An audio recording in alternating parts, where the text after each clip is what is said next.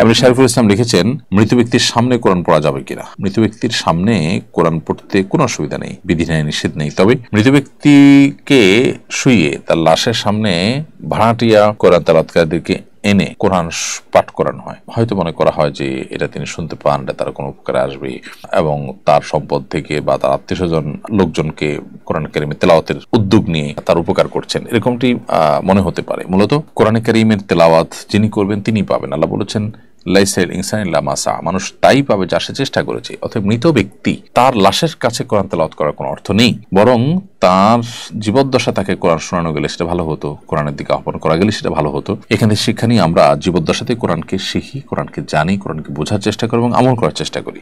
মরার পর আমাদেরকে লাশে পাশে কোরআন তেলাওয়াত করলেও আমাদের এই তেলাওয়াত কোনো আল্লাহর আযাবকে বন্ধ করতে পারবে না বা আমাদের আল্লাহর কাছে সওয়াব মর্যাদা বাড়াতে পারবে না। অতএব মৃত ব্যক্তির সামনে ওই উদ্দেশ্যে কোরআন তেলাওয়াত, আমাদের সেটা যে কোরআন তেলাওয়াত হয়, টাকা পয়সা বিনিয়োগে কোরআন তেলাওয়াত হয়, সেটা কিন্তু জায়েজ নেই।